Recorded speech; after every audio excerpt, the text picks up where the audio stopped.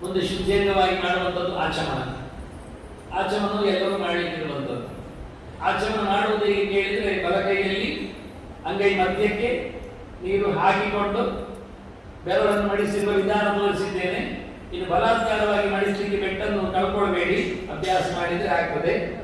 ಅದಕ್ಕೆ ಏನ್ ಕರೀತಾರೆ ಕೇಳಿದ್ರೆ, ಅದಕ್ಕೆ ದನದ ಕಿವಿಯಲ್ಲಿ ಇಟ್ಟಿದ್ದೇನೆ, ಗೋಕರ್ಣ ಮುದ್ರೆ ಅಂತ ಕರೀತಾರೆ. ಅದಕ್ಕೆ ದನ ಯಾಕೆ ಬಂತು ಅಂತ ಯೋಚನೆ ಮಾಡಬೇಡಿ. ಇನ್ನೆಲ್ಲ ಹಾಲಿನಲ್ಲಿ ಆಚರಣೆ ಮಾಡಲಿಕ್ಕೆ ಹೇಳ್ತಾರೆ ಆಚಾರ ಅಂತ ಕೇಳಬೇಡಿ. ದನ ಅಂದ್ರೆ ಚಿತ್ರದಲ್ಲಿ ಕೊಟ್ಟಿದ್ದಾರೆ, ಎಂತ ನಾವೇ ವಿಷಾದ ಬರೆಯುವುದು, ಅದಾಗಬಾರದು. ಗೋಕರ್ಣ ಮುದ್ರೆ ಅಂತ ದನದ ಕಿವಿಯ ಹಾಗೆ ಉಂಟು ನೋಡಿ. ಅದಕ್ಕೆ ದನದ ಕಿವಿಯನ್ನು ನಾನು ತೋರಿಸಿದ್ದೇನೆ ಅರ್ಜುನ. ಅಂದ್ರೆ ದನದ ಕಿವಿಯು ನಮ್ಮ ಕೈಯು ಸಮ ಇದ್ರೆ ಅದು ದನ ಸರಿ ಉಂಟು ಅಂತ ಅರ್ಥ. ಇಲ್ಲದಿದ್ರೆ ಅದು ನಮ್ಮ ದನ ಅಲ್ಲ ಅಂತ ಅರ್ಥ ಅಷ್ಟೇ. ಕೆಲವೆಲ್ಲ ದನಗಳು ಇವತ್ತು ಹಾಲು ಕೊಡುವುದೆಲ್ಲ ದನಗಳು ಅಂತ ಕೆಲವರಿಗೆ ನಂಬಿಕೆ, ಅದಲ್ಲ, ಅದು ತಪ್ಪು ತಿಳ್ಕೊಳ್ಳಿಕ್ಕೆ ಅಷ್ಟೇ. ಇದು ತರ್ಕ ಮಾಡ್ಲಿಕ್ಕೆ ಹೋಗ್ಬೇಡಿ. ಹಾಲು ಕೊಡುವುದೆಲ್ಲ ದನ ಅಂತ ಹೇಳಿದ್ರೆ ಯಾರ್ಯಾರು ಬಂದಾರ ಮನೆಗೆ. ಆದ್ರಿಂದ ಗಂಗೆ ತೊಗಲಿದ್ದದ್ದು ದನ.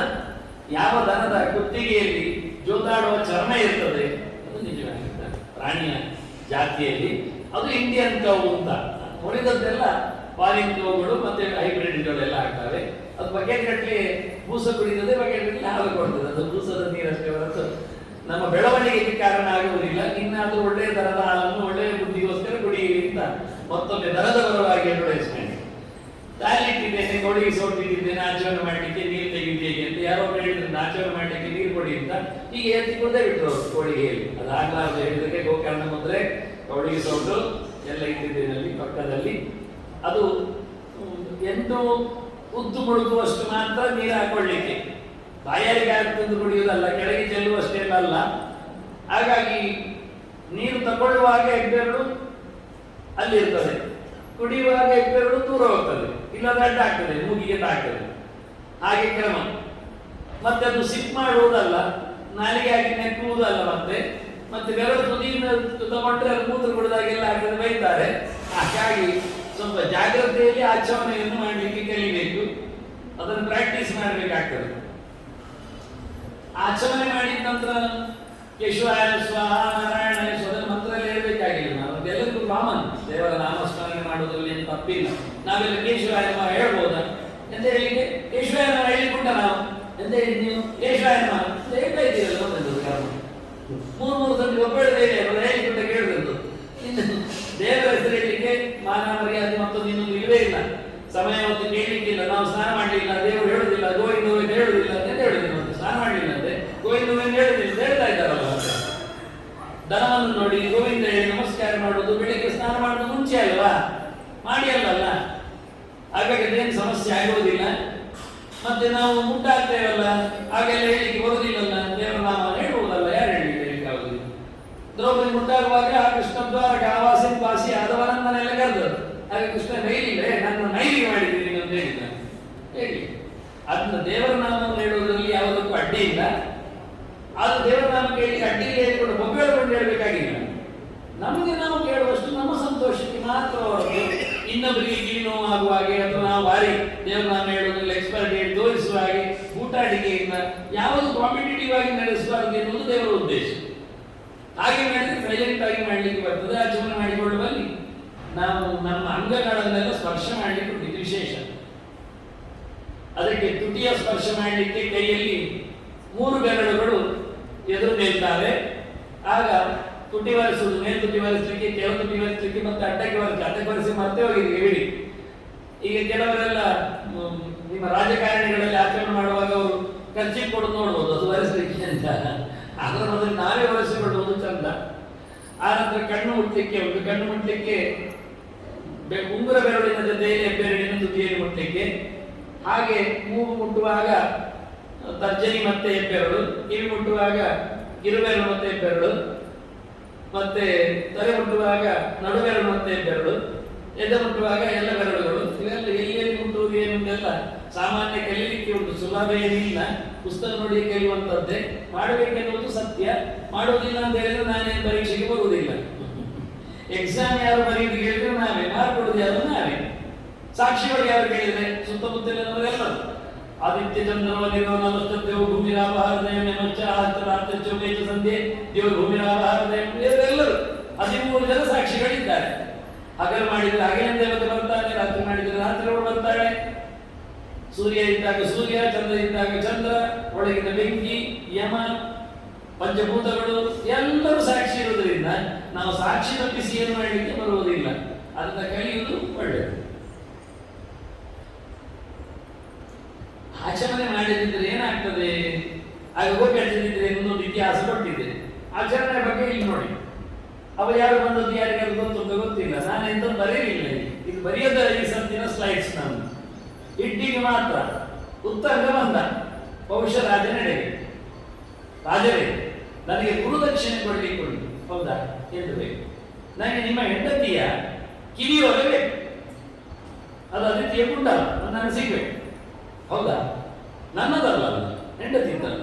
ರಾಣಿವಾಸಕ್ಕೆ ಹೋಗುವುದು ಬೇರೆ ತೋರಿಸಿದ. ಅವನ ಯೋಚನೆ ಕುಂಡಲ ತರಲಿಕ್ಕೆ ಅಂತ ಅವನ ತಲೆ ಮೇಲೆ ಹಾಕಿದ್ದಾನೆ. ಯೋಚನೆ ಏನು ಅಂತ ಕೇಳುತ್ತಾ ಇದ್ದಾನೆ ಏನು ಅಂತ. ರಾಜ ಹೇಳ್ತಾನೆ, ಅಲ್ಲಿ ಅರಮನೆಯಲ್ಲಿ ಹೆಂಡತಿ ಇದ್ದಾಳಲ್ಲ, ಹೋಗಿ ಬಿಡುವುದು. ಸರಿ, ಅರಮನೆಗೆ ಬಂದ, ಅಂತಃಪುರಕ್ಕೆ ಹೋದ, ಸಿಂಹಾಸನ ನೋಡಿದ, ಅಲ್ಲಿ ರಾಣಿ ಇಲ್ಲ.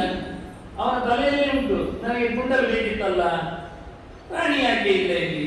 ಅರಮನೆ ಹೋಗಿ ಅಂತಃಪುರ ಹೋಗುವಂತ ಇವರನ್ನ ತಪ್ಪಿಸುವ ಕೆಲಸ. ಇವರೆಲ್ಲ ಹೇಳುದುಂಟಲ್ಲ, ಆ ಅಜ್ಜಿ ಅಪ್ಲಿಕೇಶನ್ ಆಯ್ತು ಕೇಳಿದ್ರೆ ಅಲ್ಲಿ ಕೇಳಿಲ್ಲ, ಅಲ್ಲಿ ಹೋದ್ರೆ ಅಲ್ಲಿ ಅವರಿದ್ದಾರೆ ಅಂತ ಮಿಸ್ ಮಾಡ್ತಾ ಇದ್ದಾನ, ಮಿಸ್ಡೈರೆಕ್ಷನ್ ಅಂತ ಯೋಚನೆ ಮಾಡ್ತಾನ. ಮತ್ತೆ ರಾಜರಲ್ಲಿ ಬಂದ, ರಾಜರೇ ಎಂತ ನೀವು ಹೇಳಿದ್ದು, ನಿಮ್ಮ ಕ್ವೀನಿಯಲ್ಲಿ? ಅದಕ್ಕೆ ರಾಜ ಹೇಳ್ತಾನೆ, ಎಂತ ಮಾಡಿದ್ದೀನಿ ನೀನು ಹೇಳ್ತಾನೆ. ಹೇಗೆ ಬಂದಿ ನೀನು? ಸ್ವಲ್ಪ ನಿನ್ನ ಹಿಂದೆ ಹೋಗು ನೋಡು ಹೇಳಿದ್ರು. ನಾನು ಈಗೆಲ್ಲ ಆಯ್ತು, ಈಗ ಬಂದು ದಾರಿಯಲ್ಲಿ ಬರುವಾಗ ಏನು ಮಾಡಿದೆ, ಮತ್ತೆ ಆಚರಣೆ ಮಾಡಿದೆ, ಅದೊಂದು ಸ್ವಲ್ಪ ಗಡಿಬಿಡಿ ಮಾಡಲಿಲ್ಲ, ಸರಿ ಮಾಡಿ.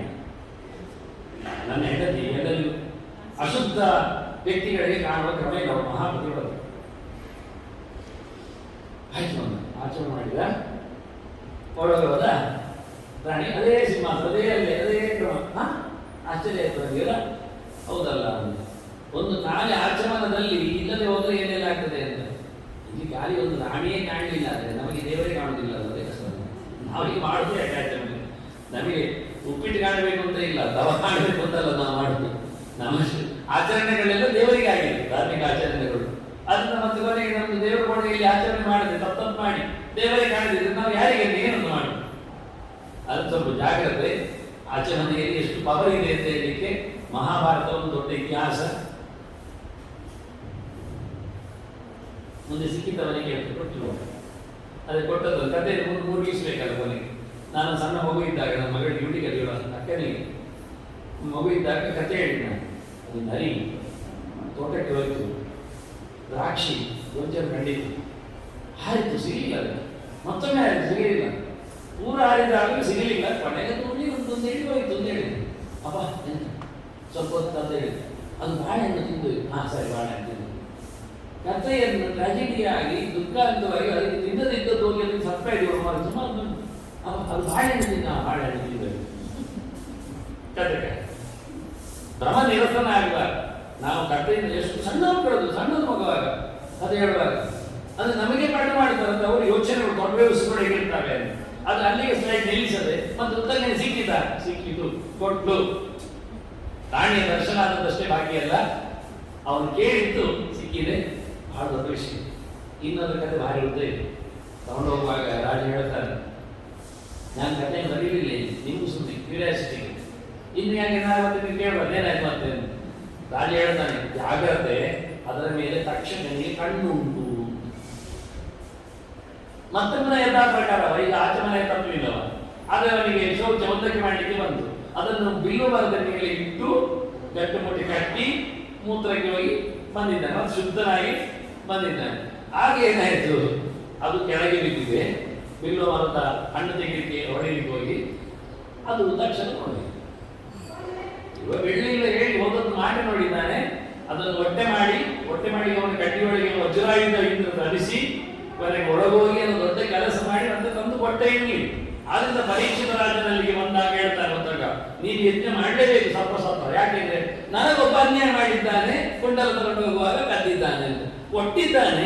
ಆದ್ರೂ ನನಗೆ ಕದ್ದದ್ದು ಬಿಡುದಿಲ್ಲ.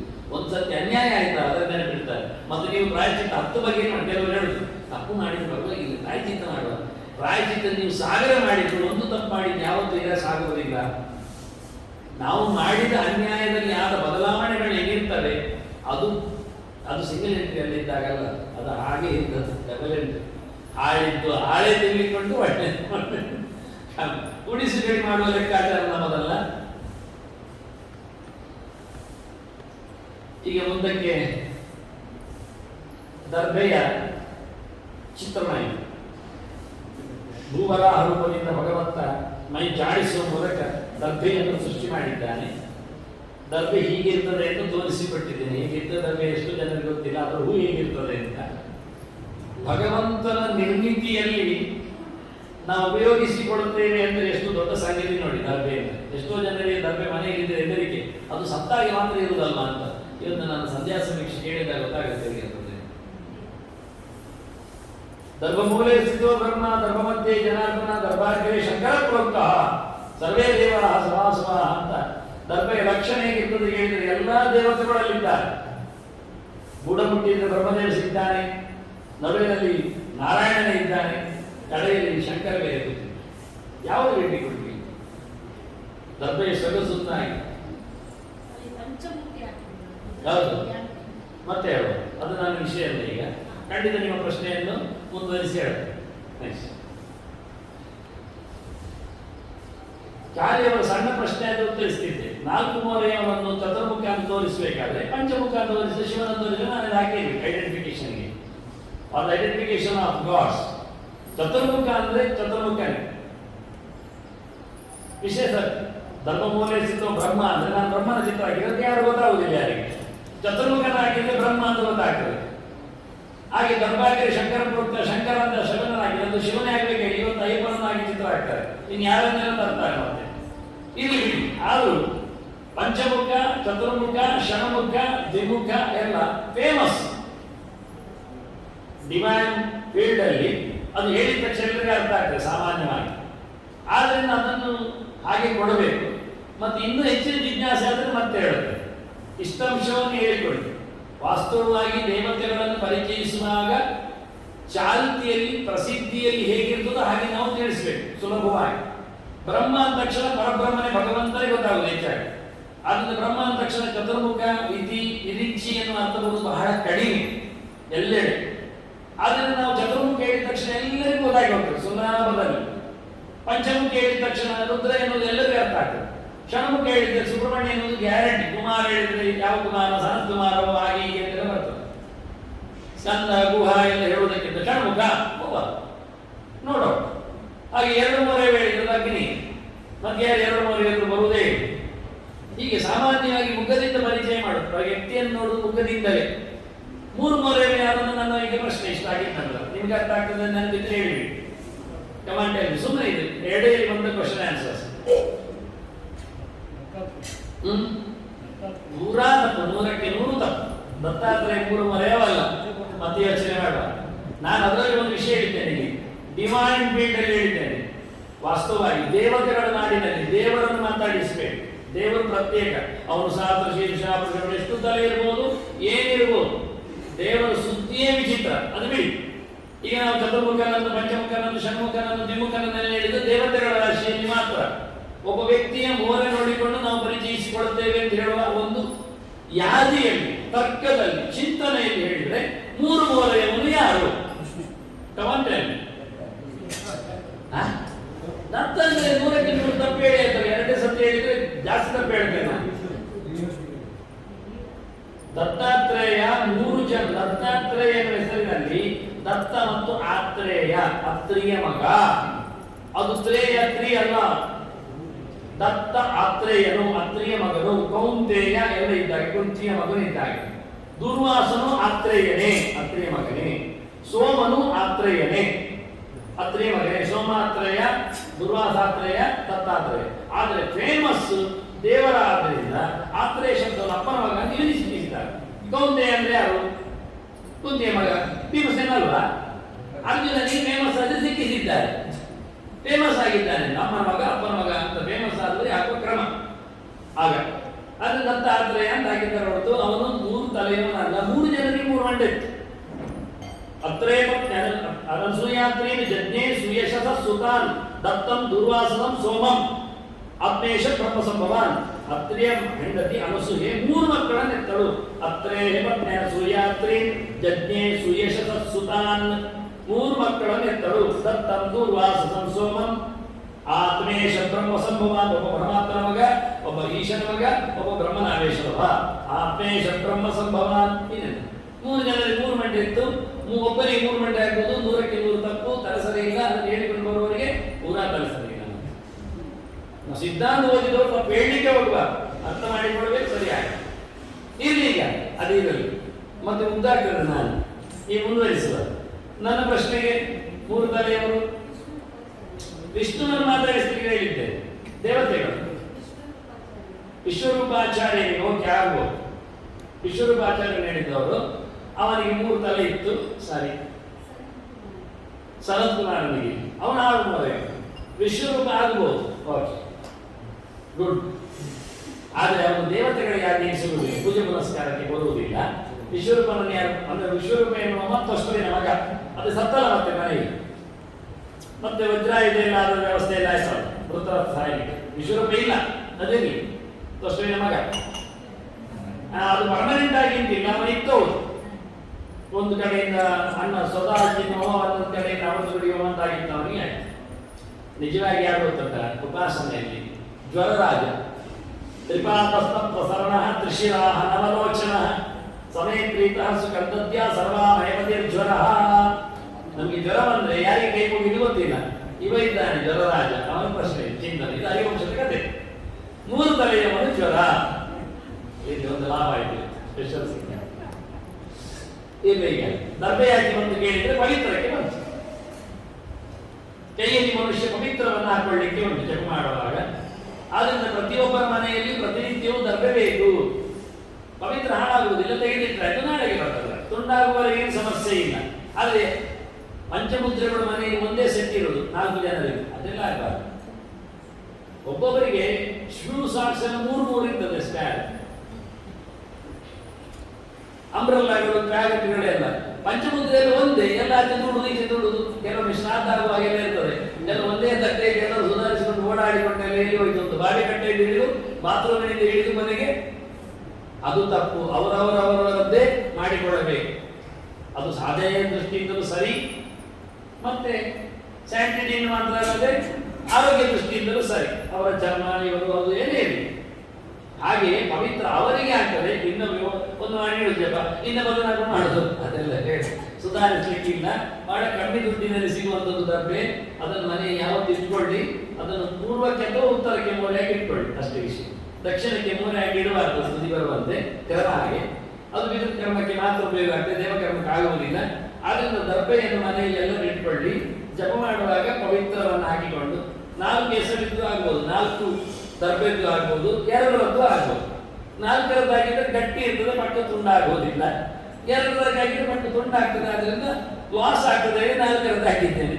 ಹಾಕಿಕೊಳ್ಳುವಲ್ಲಿ ಹೇಗಿರ್ತದೆ, ನಾನು ಪ್ರತಿದಿನಕ್ಕೆ 1 ಮಾಡಿ ತೆಗೆದಿದ್ರೆ ಆಗುದಿಲ್ಲ ಹೇಳಿದ್ದಲ್ಲ. ಇದು ಒಳ್ಳೆ ಕಥೆ ಇದ್ದಲ್ಲ ನಿಮಗೆ. ಬೇಡ ಬೇಡ, ಮುಂದಿನ ಸ್ಲೈಡಲ್ಲಿ ಹೇಳ್ತೇನೆ ಉತ್ತರ. ಈಗ ಹಾಕಲಿಕ್ಕೆ ನೋಡಿ, ಸುಲಭದಲ್ಲಿ ಧರ್ಮದಲ್ಲಿ ಸಿಗುವುದಾದರೆ ಹೇಳಿಕೊಡ್ತೇನೆ. ಇನ್ನು ಖರ್ಚು ಮಾಡ್ತೀರಂದ್ರೆ ಮತ್ತೆ ಮಾತಾಡ್ತೇನೆ. ಎಲ್ಲದಕ್ಕೂ ಉತ್ತರ ಉಂಟು, ಪುರುಸೋದಿದ್ದಷ್ಟು ಹೊತ್ತು. ಪವಿತ್ರ ಮಾಡುವ ರೀತಿ ಕೊಟ್ಟಿದ್ದೇನೆ. ಅದರ ಗಂಟು 1 ಇಂಚು ಇರ್ತದೆ. ಆನಂತರ ಅದರ ಬಾಲ 2 ಇಂಚು ಉದ್ದಕ್ಕೆ ಬರ್ತದೆ. ಹೆಬ್ಬೆರಳು, ಅದು ಹಾಕುವ ಬೆರಳು ಉಂಗುರ ಬೆರಳು, ಅದಕ್ಕೆ ಹೆಸರೇ ಆಗಿ ಉಂಗುರ ಬೆರಳು ಅಂತ. ಕಿರು ಬೆರಳನ್ನು ಪಕ್ಕದ ಬೆರಳಿಗೆ ಹಾಕ್ಲಿಕ್ಕೆ.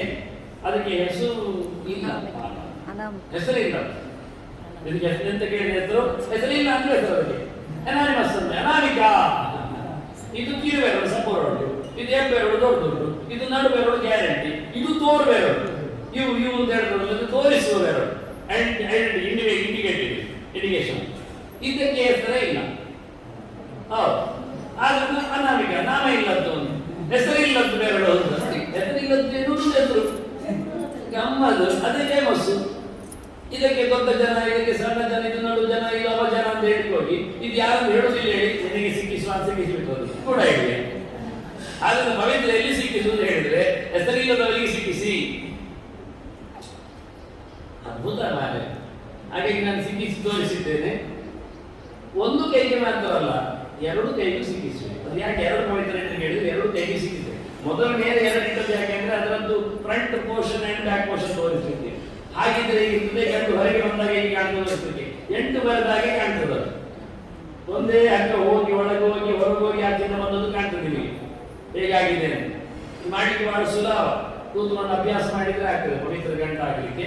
ಅದನ್ನು ಪುರೋಹಿತರ ಹತ್ರ ಬೇಡಬೇಕಾಗಿಲ್ಲ, ಒಂದು ಪವಿತ್ರ ಗಂಟ ಹಾಕಿ ಬೇಡ ನಾವೇ ಹಾಕೊಳ್ಳಿಕ್ಕೆ ಅದು ಕೊಡ್ಲಿಕ್ಕೆ ಅವ್ರು ಕೊಡೋದು. ಅದು ನಾವೇನು ಹಾಕೊಳ್ಳೋದು ಅಂತ ಹೇಳೋದಲ್ಲ, ಪುರೋಹಿತ ನಮಗೆ ಕೊಡ್ಲಿಕ್ಕೆ ಬೇಕು, ಕೈ ಮುಗಿಲಿಕ್ಕೆ ಬೇಕು, ಅದಕ್ಕೆ ಆಯ್ತು. ಜಪ ಮಾಡುವಾಗ ನಾವೇ ಮನೆಗೆ ಯಾರು ಪುರೋಹಿತರು ಬೇಕಾಗಿಲ್ಲ, ಒಂದಾಗಿದ್ರೆ ಯಾವಾಗಲೂ ಬರ್ತದೆ. ತೊಳೆದಿದ್ರೆ ಆಯ್ತು, ಹಾಳಾಗದಿದ್ರೆ ಆಯ್ತು. ಆಚರಣೆ ಮಾಡಿದ್ರು ಆಯ್ತು, ಮತ್ತೆ ಮಿಂಚಬೇಕು. ಆಚರಣೆ ಮಾಡಿಕೊಂಡು ಪವಿತ್ರ ಮಾಡಿಕೊಂಡು ಆಚರಣೆ ಮಾಡಲಿಕ್ಕಿಲ್ಲ.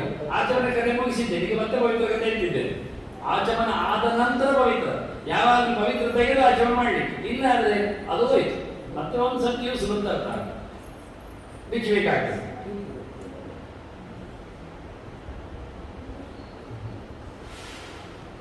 ನಿಮ್ಮದು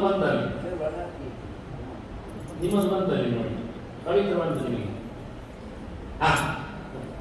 ಅವರಿಗೆ ಅಭ್ಯರ್ಥಿ ಆಗುದಿಲ್ಲ ಅದು ಮನೆಯಲ್ಲಿ ಪವಿತ್ರ ಒಳ್ಳೆ ಆಗ ದೊಡ್ಡ ವಿಷಯ. ಚಿನ್ನದ ಹಾಕೊಳ್ಳಿ. ಈಗ ದಿನ ಕೇಳ್ತೀರ ಬೇಡ ಹೊಸ ಮಾಡುವ. ಯಾವೇ ಒಬ್ಬನಾದ್ರು ಯೂಸ್ ಆ್ಯಂಡ್ ಥ್ರೋ ಇದ್ರೆ ಮಾಡಿಲ್ಲ. ನಾನು ಮಾಡಿ ನಾನು ಹೇಳಿ ಮಾಡಿ ದಿನ ಒಮ್ಮೆ ಬೇಕು ಮಾಡಿ ಇನ್ನು ಮಾಡೋದಿಲ್ಲ ಮಾಡಿ ಆಗಲ್ಲ. ಬಾರಿ ನಾವು ಹೊರಗೆ ಹಿಂದಿನ ಹೋಗುವ ದಿನ ಅಂತ ಶ್ರೀಮಂತ ನೋಡಿ ಮಾಡಿ. ಎಂತ ಶ್ರೀಮಂತ ನೋಡು, ದಿನಕ್ಕೊಂದು ತರಬೇಕು, ದಿನಕ್ಕೊಂದು ಪವಿತ್ರ. ಪ್ರತಿಯೊಂದು ದಿನಕ್ಕೆ 3 ಜಮ ಕೈಕೊಂಡು 3 ಹೊತ್ತಿಗೆ 3 ಪವಿತ್ರ ಮಾಡ್ತೇನೆ. ಅದಕ್ಕೆ 3 ಸ್ಟೈಲ್ ಆಗಿದ್ದೇನೆ 3 ಬಗೆಯಿಂದ. ಚಿನ್ನದ ಸರಿಗೇರಿ ಮಾಡುವ ಕಥೆ ಹೇಗೆ ಅಂತ ಅದಕ್ಕೆ ಪಯ್ಯನೂರು ತುಂಗುರ ಅಂತ ಕರೀತಾರೆ. ಅದು ಕೇರಳದ ಡಿಸೈನ್ ಫಸ್ಟ್ ಒನ್, ಭಾರಿ ಅದ್ಭುತವಾಗಿರ್ತದೆ, ತುಂಬ ಸಾಲ್ಡ್ ಇರ್ತದೆ. ನಾನು ಕೆಲವು ಹೇಳುದುಂಟು, ಅದನ್ನು ಹಾಕಿಕೊಂಡು ಘಟಮ ಅವ್ರು ಬರೆದ್ರೆ ಘಟ ಹೊಡಿತದೆ ಅವನು ಸೌಂಡ್ ಹೊಡಿತಾನೆ ಅಂತ, ಅಷ್ಟು ಬೇರೆ ಇರ್ತದೆ. ಇದು ಉಡುಪಿ ಡಿಸೈನ್ ಮತ್ತೆ ಇಲ್ಲೇ ಇರುವಂಥದ್ದು ನಿಂತಂತೆ ಬಹಳ ಚಂದವಾಗಿರ್ತದೆ. ಅದು ಸರಿಗೇರಿ ಮಾಡುವಂಥದ್ದು ಫ್ಯಾಷನ್, ಬಟ್ ಬಹಳ ಸಾಲಿಡ್ ಗಟ್ಟಿ ಹಗ್ಗ ಕ್ರಮ ಆಗಿ. ಮತ್ತೆ ನಿಜವಾಗಿ ಕೆಲವು ಲೋಹಗಳ ಮಿಶ್ರಣದಲ್ಲಿ ಮಾಡಲಿಕ್ಕೆ ಹೇಳಿದ್ದಾರೆ ಶಿಲ್ಪಶಾಸ್ತ್ರ ಪ್ರಕಾರದಲ್ಲಿ. ಹಾಗೆ ನಾನು ಜೀವನ ಕೊಟ್ಟಿದ್ದೇನೆ 8 ವರ್ಷದ ಹಿಂದೆ. ಹಾಗೆ ಅವರಿಗೆ ಮಾಡಿ ಈ ಕಾಂಬಿನೇಷನ್ ಅಲ್ಲಿ ಮಾಡಲಿಕ್ಕೆ ಬರುವುದಿಲ್ಲ ಅಂತ 4 ಎಕ್ಸ್ಪರ್ಟ್ಸ್ಗಳು ಜೀವನ ನನ್ನ ಹತ್ರ ಹೇಳಿ. ಅಂದ್ರೆ ಇವತ್ತು ಲೋಹಶಾಸ್ತ್ರ ನಾವು ಹಿಂದಿನ ಹಾಗೆ ಇಲ್ಲ. ಅವರೇ ಲೈಟ್ ವೈಟ್ ಮೆಟಲ್ ಮಾಡಿ ವಿಮಾನವನ್ನು ಹಾರಿಸುವುದು ಹೇಳಿಕೊಟ್ಟಿದ್ದಾರೆ ಭಾರತ ಸಮಿತಿಯಲ್ಲಿ. ಇವತ್ತು ಅವರಿಗೆ ಪ್ರಿಪೇರ್ ಮಾಡ್ಲಿಕ್ಕೆ ಆಗ್ತಾ ಇಲ್ಲ ಆ ನಮೂನೆ ಲೋಹವನ್ನು. ಆ ಸಂಹಿತೆ ಸಿಗ್ತದೆ, ಟೆಸ್ಟ್ ಇರ್ತದೆ, ಅರ್ಥ ಆಗ್ತದೆ, ಬಟ್ ವಿ ಕ್ಯಾನ್ ಪ್ರೊಡ್ಯೂಸ್. ಆ ಪ್ರಕಾರದ ಲೈಟ್ ಮೆಟಲ್ ಹೇಗೆ ಮಾಡೋದು ಅಂತ ಹೇಳಿಕೊಟ್ಟಿದ್ದಾರೆ. ಆ ಪ್ರಕಾರ ಆಗ್ತಾ ಇಲ್ಲ, ಅದೆಷ್ಟು ಮಾಡಿದ್ರು ಆಗ್ತಾ ಇದೆ. ಆ ಕಾಂಬಿನೇಷನ್ ಸೇರಿಸುವಂತ ವಿಧಾನಗಳು ನಮ್ಮಲ್ಲಿ ಇಲ್ಲ. ಎಷ್ಟು ಲೋಹಶಾಸ್ತ್ರ ಜೋರಿತ್ತು ಕೇಳಿದ್ರೆ, ಕಬ್ಬಿಣದ ಪ್ಲೇಟ್ ಅನ್ನು ರಸದಲ್ಲಿ ಅತಿ ತೆಗೆದ್ರೆ ಚಿನ್ನ ಹಾಕಿದ್ದು 100%. ಯಥಾ ರಸ ಸ್ಪರ್ಶನತೋ ಯಥೋಮಿ ಸುವರ್ಣದಾಸ್ಯ ಕಮಲೇ ದದಾತೆ ಅಂತ ರಸಭಾಗಿ ರಸವಿದ್ಯೆ ನಮ್ಮಲ್ಲಿ ಇತ್ತು. ನಾನು ಬೇಕಾದ್ರೆ ಹೇಳ್ಕೊಡ್ತೀನಿ, ಮಾಡ್ತೀನಿ ಅಂತ. ನಾನು ಮಾಡ್ಲಿಕ್ಕೆ ಹೋಗಿದ್ದೀನಿ, ಮಾಡ್ತೀನಿ ಅಂತ ಹೇಳ್ಬೇಕಿದ್ರೆ ಯಾರಾದ್ರೂ ಹೇಳ ಬೇಡಲ್ಲ, ಯಾರಿಗೆ ಬೇಡ ಇನ್ನೂ ನೋಡು ಧಾತು ವಿದ್ಯೆ ಅಂತ ಕರೀತಾರೆ. ಇಂಥದ್ದು ಭಾರಿ ದೊಡ್ಡ ದೊಡ್ಡ ವಿದ್ಯೆಗಳೆಲ್ಲ ನಮ್ಮಲ್ಲಿ ಬಿಡಿ. ನಮ್ಮಲ್ಲಿ ನಮ್ಮ ಇಂಡಿಯನ್ ಹೆರಿಟೇಜ್ ಹೇಳಿ ಭಾರತೀಯ ತತ್ವಶಾಸ್ತ್ರದ ಚಿನ್ನದ ಪವಿತ್ರ ಓಕೆ, ಇದಕ್ಕೆ ಬೆಲೆ ಇದೆ. ಜಪದಲ್ಲಿ ಪ್ರಶಸ್ತಿ ಉಂಟು ಇದಕ್ಕೆ, ತರ್ಪೆಯಷ್ಟೇ ಮೌಲ್ಯಯುತವಾದದಷ್ಟೇ ಅಲ್ಲ, ಅದಕ್ಕಿಂತ ಜಾಸ್ತಿ ಇದೆ. ಯಾಕೆಂದ್ರೆ ಸುವರ್ಣದಲ್ಲಿ ಲಕ್ಷ್ಮಿಯ ಸನ್ನಿಧಾನ ಜಾಸ್ತಿ ಇದೆ. 2ನೇ ವರ್ಣ ಅವರಣಿ ಅಂತ ಅದನ್ನು ಜಪ ಮಾಡುವುದು ದೇವರಾದ್ರಿಂದ, ದೇವರ ವಿಷಯ ಆದ್ರಿಂದ ದೇವರಿಗೆ ಅತ್ಯಂತ ಹತ್ತಿರದಲ್ಲಿ ಜಪ ಮಾಡುವಾಗ ಸುವರ್ಣದ ಧಾರಣೆ ಎನ್ನುವುದು ಅಷ್ಟೇ ಪ್ರಶಸ್ತವಾಗಿದೆ. ಮುಂದಿನದ್ದು ಪ್ರಾಣಾಯಾಮ.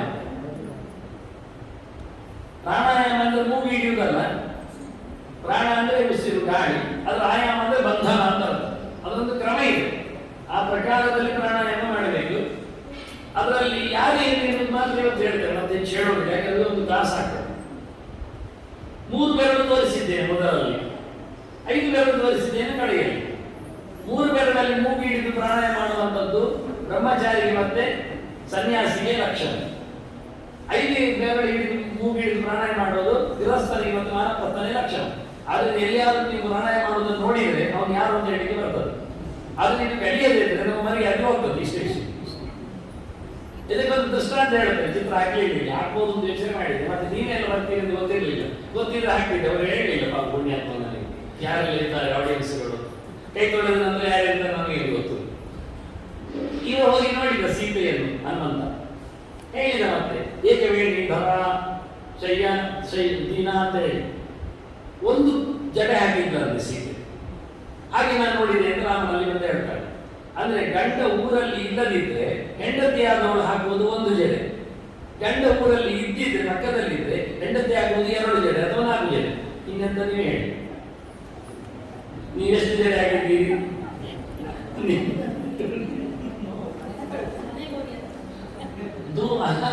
ನಾನು ದೂರದಲ್ಲಿ ಶಬ್ದ ಹೇಳಿದ್ದೇನೆ. ಸೀತೆಗೂ ರಾಮನಿಗೆ ಎಷ್ಟು ದೂರ ಅಂದ್ರೆ ಬಿಟ್ಟಿರುವುದು. ದೂರ ಅಂದ್ರೆ ಗೊತ್ತಿಲ್ಲದೆ ಪಾಪ ಸೀತೆಯನ್ನು ಕದ್ದು ಬಿಟ್ಟಿದ್ದಾರೆ. ಸೀತೆ ಆದ್ರಿಂದ ನನ್ನ ಹಿರಿಯರಿಗಿಂತ ನಾನು ಸಂಪರ್ಕದಲ್ಲಿ ಇಲ್ಲ ಅಂತ ಸೂಚನೆ ಕೊಡ್ತಾ ಇದ್ದಾಳೆ ಮಹಿಳೆ. ಅವಳ ಪ್ರಕಾರದಲ್ಲಿ ಒಬ್ಬರಿಗೆ ಸೂಚನೆ ಕೊಡ್ತಾಳೆ, ನಾನು ಗಂಡನಿಂದ ದೂರ ಆಗಿದ್ದೇನೆ, ಅನ್ಯಾಯ ಆಗಿದೆ, ನನಗೆ ದೌರ್ಜನ್ಯ ನಡೆದಿದೆ, ನನಗೆ ಆತನ ಸನಿಹ ಇಲ್ಲ ಇವತ್ತು ಹೇಳುವುದನ್ನು ತಾನು ಕೇವಲ ಸೈಲೆಂಟ್ ಆಗಿ ತನ್ನ ಆಭರಣ ವಿಷಯದಲ್ಲಿ ತೋರಿಸಿಕೊಡ್ತಾ ಇದ್ದಾರೆ. ಒಂದು ಹೊತ್ತುಂಟ ಮಾಡುವುದು, ನೆಲದಲ್ಲಿ ಮಲಗುವುದು, ಒಂದು ಜಡೆ ಹೊತ್ಕೊಳ್ಳುವುದು, ಆಭರಣಗಳು ಹೆಚ್ಚು ಇಲ್ಲದಿರುವುದು, ಯಾರತ್ರ ಮಾತಾಡದಿರುವುದು, ಇವೆಲ್ಲ ಅವಳ ಲಕ್ಷಣಗಳು. ಅದರಿಂದ ಅವಳಿಗೆ ಏನಂತ ಅರ್ಥ ಆಗ್ತದೆ. ಈಗ ಸೈಲೆಂಟ್ ಆಗಿ ತೋರಿಸಿ ಅವಳು ತಿರುಜಡೆ ನೋಡಿ, ರಾಕ್ಷಸಿ 3 ಜಡೆ ಹಾಕಿ ಬಂದವಳು, ಗಂಡ ಅಲ್ಲೇ ಇದ್ದು ಜಡೆ ಜಾಸ್ತಿ ಆಗ್ತಾರೆ ಎನ್ನುವುದಕ್ಕೆ ಲಕ್ಷಣ. ಲಕ್ಷ್ಮಿ ಹೇಗಿದ್ದಾಳೆ ಗೊತ್ತಾ ನಿಮಗೆ? 1 ಜಡೆ ಅವಳಲ್ಲ. ನೀವು ಹಿಂದೆ ಎಲ್ಲಿ ನೋಡಿದ್ದೀರಿ ಅವಳನ್ನು? ಮುಂದೆ ಮಾತ್ರ ಗೊತ್ತು ಸುರಿ ನೋಡ್ತೀವಿ. ಅವಳನ್ನು ಹಿಂದೆ ನೋಡಿ ಚತುಷ್ಕಪರ್ಧ ಇವತ್ತಿಸ್ತು ಪೇಶ 4 ಜಡೆ ಅವಳಿ, ಇಲ್ಲಿ 2 ಜಡೆ, ಇಲ್ಲಿ 2 ಜಡೆ.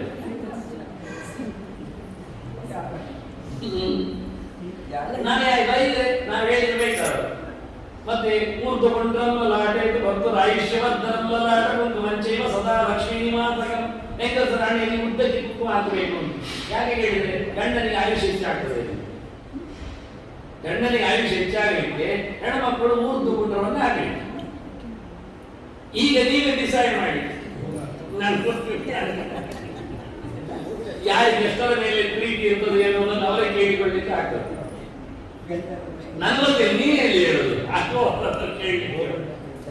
ಈಗ ಹಾಕದವರು ಹಾಕಿದವರು ನೋಡ್ತಾರೋ ಹಾಕುವವರನ್ನ ಅಲ್ಲ, ಕಾರಣಕಾರಿ ವಿಷಯ ಬೇರೆ. ಶಾಸ್ತ್ರ ಸದಾ ಲಕ್ಷ್ಮೀ ನಿವಾಸ. ಯಾಕೆಂದ್ರೆ ದೇವರ ಪಾದದ ಇದ್ದಾಗಲೇ ಲಕ್ಷ್ಮೀ ಪುತ್ರ ಅವರಿಗೆ ಮಾತ್ರ ಎಕ್ಸೆಪ್ಷನ್. ಅದು ವಿಷ್ಣು ಪಾದದಲ್ಲಿ ಏನನ್ನು ಹಾಕಲಿಕ್ಕಿಲ್ಲ, ಹಚ್ಚಿಕೊಂಡ್ರೆ ತಪ್ಪು. ಅವರಿಗೆ ಮಾತ್ರ ಸ್ಪೆಷಲ್ ಹೇಳಿದ್ದು ಲಕ್ಷ್ಮೀ ನಿವಾಸ ಸ್ಥಾನವಾಗಿ ನಾರಾಯಣನ ಪಾದದಲ್ಲಿ ಕುಂಕುಮವನ್ನು ಉದ್ದಕ್ಕೆ ಹಾಕಲಿಕ್ಕೆ ಗಂಡನ ಆಯುಷ್ಯ ಅಭಿವೃದ್ಧಿಯಲ್ಲಿ ಅಂತ. ಅದೇ ಇಲ್ಲದೆ ಇದ್ದಾಗ ದೇವರ ಆ ಮುಡಿಗದಕ್ಕೆ ಲಕ್ಷಣ. ಅದನ್ನು ನಾನು ಹೇಳಿಕೊಡ್ತೇನೆ. ಉಂಟು ಇಲ್ಲ ಹೇಳುವ ಜಡೆ ಲಕ್ಷಣ ಹೇಳಿದ್ರು ಅದಕ್ಕೆ ಚಿತ್ರದಲ್ಲಿ ತೋರಿಸಲಿಕ್ಕೆ ಸುಮ್ಮನೆ ಇದ್ದದ್ದಕ್ಕೆ ಹೇಳಿದೆ ಲೆಕ್ಕಾಚಾರಕ್ಕೆ. ಹಾಗೆ ಮೂಗು 5ರಲ್ಲಿ ಹಿಡಿದ್ರೆ ಅವನು ವಿನಾಶ ಅಂತ ಅರ್ಥ ಆಗ್ತದೆ. ಗೊತ್ತಿಲ್ಲದೆ ಎಲ್ಲ ಹಿಡ್ಕೊಂಡ್ಬಿಟ್ರೆ ಮದುವೆ ಆಗದವನು ಒಂದೊಮ್ಮೆ 5ರಲ್ಲಿ ಮೂಗು ಇಟ್ಕೊಂಡು ಪ್ರಾಣಾಯಾಮ ಮಾಡಿದ್ರೆ ನೈಯಾಗಬಹುದು. ಯಾಕೆ ಮದುವೆ ಆಗಲಿಲ್ಲ, ಅವರಿಗೆ ಹಿಡ್ಕೊಂಡ್ಬಿಟ್ಟಿದ್ದಾನೆ. ಇನ್ನು ನೀವು ಸನ್ಯಾಸಿಗಳ ಹತ್ರ ಜಪ ಮಾಡುವಾಗ ಪ್ರಾಣಾಯಾಮ ಮಾಡುವಾಗ ಎಣಿಕ್ಲಿಕ್ಕೆ ಹೋಗಬೇಡಿ. ಅವರು 3 ಬೆರಳೆಲ್ಲ ಇದ್ದಾರೆ ಮತ್ತೆ ತಮಾಷೆ ಮಾಡ್ಲಿಕ್ಕೆ ಆಗುತ್ತೆ. ಗೊತ್ತಿಲ್ಲದೆ ಮಾಡಿದ್ದಾರೆ, ಗೊತ್ತುಂಟು ಗೊತ್ತಾಗುತ್ತೆ. ರಿಯಲ್ ಹೇಳಿದ ವಿಷಯ ಯಾರು ಹೇಳಿ ಸನ್ಯಾಸಿಗಳಿಗೇನು ಗೃಹಸ್ಥರಿಗೇನು ಅಂತ ಬೈಫರ್ಕೇಶನ್ ಇದಕ್ಕೆ ಪ್ರಣವ ಮುದ್ರೆ ಓಂಕಾರ ಮುದ್ರೆ ಅಂತ ಹೇಳಿದ ಮುದ್ರೆ ಹೆಸರುಂಟು. ಅದು ಗೋಕರ್ಣ ಮುದ್ರೆ ಹೇಳಿದಾಗೆ ಬೆರಳಿನ ವಿನ್ಯಾಸಗಳಿಗೆಲ್ಲ ಶಾಸ್ತ್ರದ ವಾಕ್ಯ ಹೇಳಿದೆ, ಪ್ರಮಾಣಗಳೆಲ್ಲ ಪುಸ್ತಕಗಳಲ್ಲಿ ಕೊಟ್ಟಿದೆ. ನೋಡಿ ಮತ್ತೆ ಪ್ರಾಣಾಯಾಮ ನೋಡಿ ಸಾಕು.